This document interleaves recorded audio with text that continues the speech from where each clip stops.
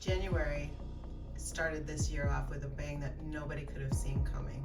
In addition to all the changes on the political side of things with our federal administration, changes they're making in California as far as our governor in Sacramento and our local politics, we were hit with two of the most devastating fires ever, with over 12,000 people losing their homes. What does this mean for the Los Angeles real estate market? What is happening? Well, I'm Corrie Sommers, your local Los Angeles Realtor, and we're going to discuss that. But before we dive in, I just want to say if you're watching this video and you lost your home to the fires, I'm truly, truly sorry. Just know that there are people who care, there are people that rallied, and most of us are just really earnestly wanting to help. Stay tuned, you guys. I will be right back in a few moments. If you haven't subscribed to my YouTube channel yet, please take a moment to click the subscribe button and bell for updates.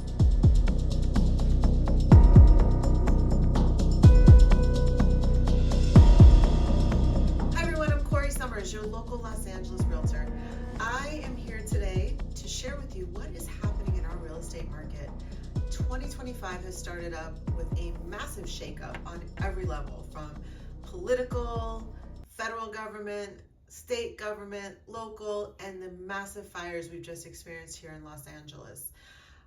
I have really, I don't even know what to say, it's such a whirlwind. I'm the granddaughter of a firefighter, and so of course I immediately jumped in with some members of my community, and we raised clothes and did all kinds of things because we weren't directly affected, but we all know people who were. My heart goes out to everybody that has lost their home.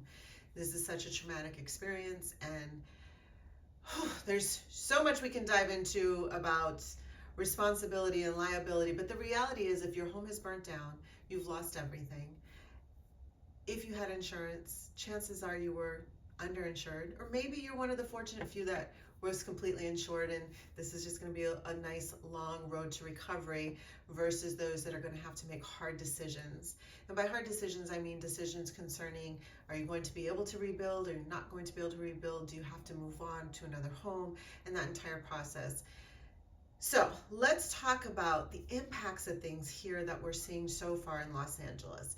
Now,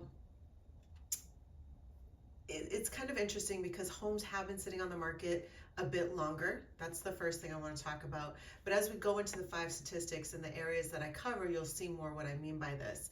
So just to give you an overview, I cover 5 key points of the market in 7 different parts of Los Angeles, both in the LA Basin and the San Fernando Valley. So the first thing that we're going to discuss is the total number of homes for sale. And in January, the total number of homes for sale in Los Angeles was 48,997 homes. Now, compared to the month prior, that was 44,917 homes, which means we had an increase of about roughly 4,000 homes. Not a whole lot, but it was an increase. So as we break that down into specific areas, in Toluca Lake, in the month of January 2025, there were 20 homes on the market. In Studio City, it was 146. Sherman Oaks bumped up to 206. That's quite a bit. Encino was 196. Then as we moved over to the west side, Santa Monica was 112. Brentwood was 142, and Beverly Hills bumped up to 288 homes were for sale. Now, I'm guessing maybe the fires had something to do with people making this decision to pull the trigger and get their homes listed. But let's talk about the average number of days it takes to sell a home. What was very interesting in Toluca Lake, 1 home went under agreement, but it really was one of these homes that preparing the home for market, a seller came on, stumbled across the home, and bought the home before it even came to market. So I don't want to say it doesn't count, but you know, overall, it's not as good of a piecemeal of what's really happening in that area. In Studio City, homes took 30 days to sell. In Sherman Oaks, it was 32 days. In Encino, that bumped way up to 59. Basically, it took 2 months for homes to sell. So this speaks to what I was talking about, where homes are sitting on the market more, and I see this in other areas as well. Santa Monica 62 days, Brentwood 44, Beverly Hills 52, very consistent. I've been sitting some homes in the Beverly Hills area, and they are taking a while to sell. As far as demand, the number of homes that are actually in escrow in Toluca Lake, January is just one, again, that same one we talked about. Studio City 14, Sherman Oaks was 33, Encino 19, followed by Santa Monica with 18, Brentwood 24, and Beverly Hills 19. So it kind of feels like some of that's a little bit down, definitely taking longer. But let's look at inventory in the month of January of this year versus last year, because that's part of the things, the pieces to this pie that really tell a story. So in Los Angeles in January of 2025, there was 40,095 homes available.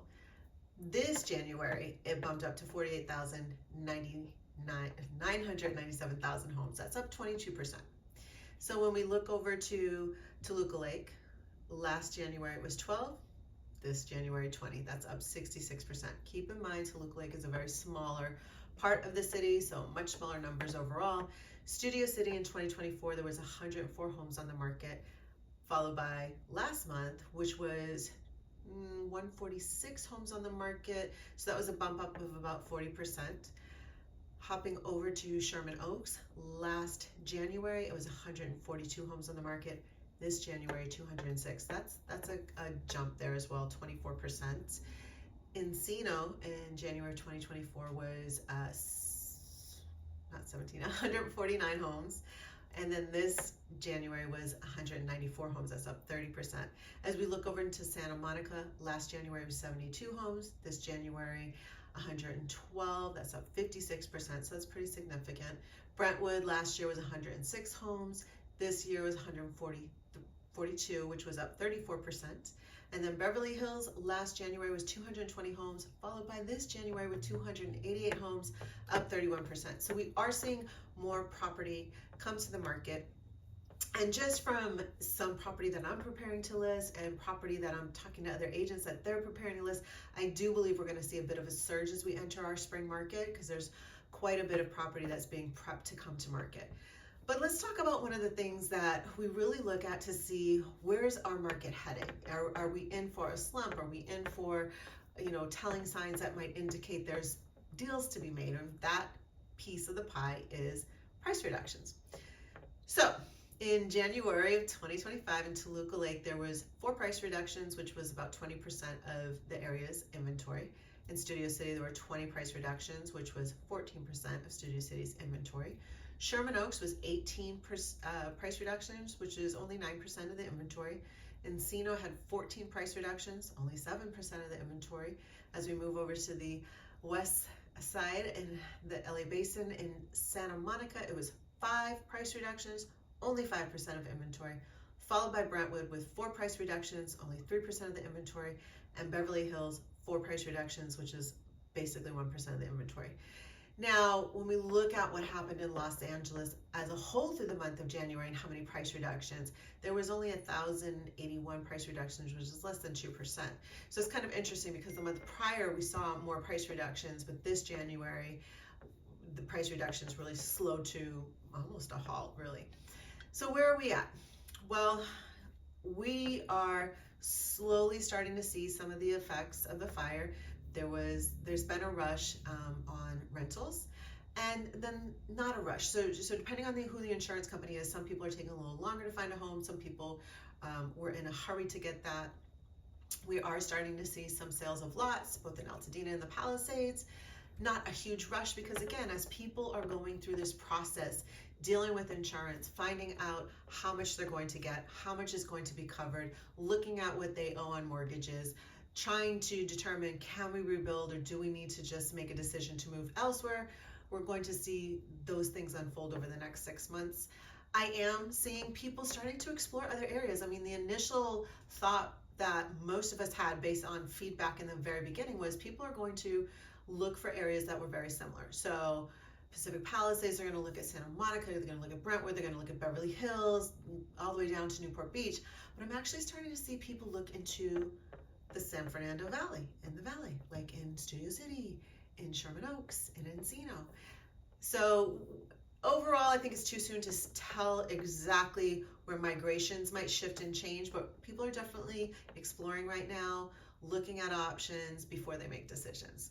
So if you are thinking about buying your home and you're questioning is now the time, I would encourage you to talk to a professional, because as I mentioned, I do believe we're going to see a lot more inventory as we enter the spring market, and more inventory, more buyers. Keep in mind there's 12,000 people that have lost their homes.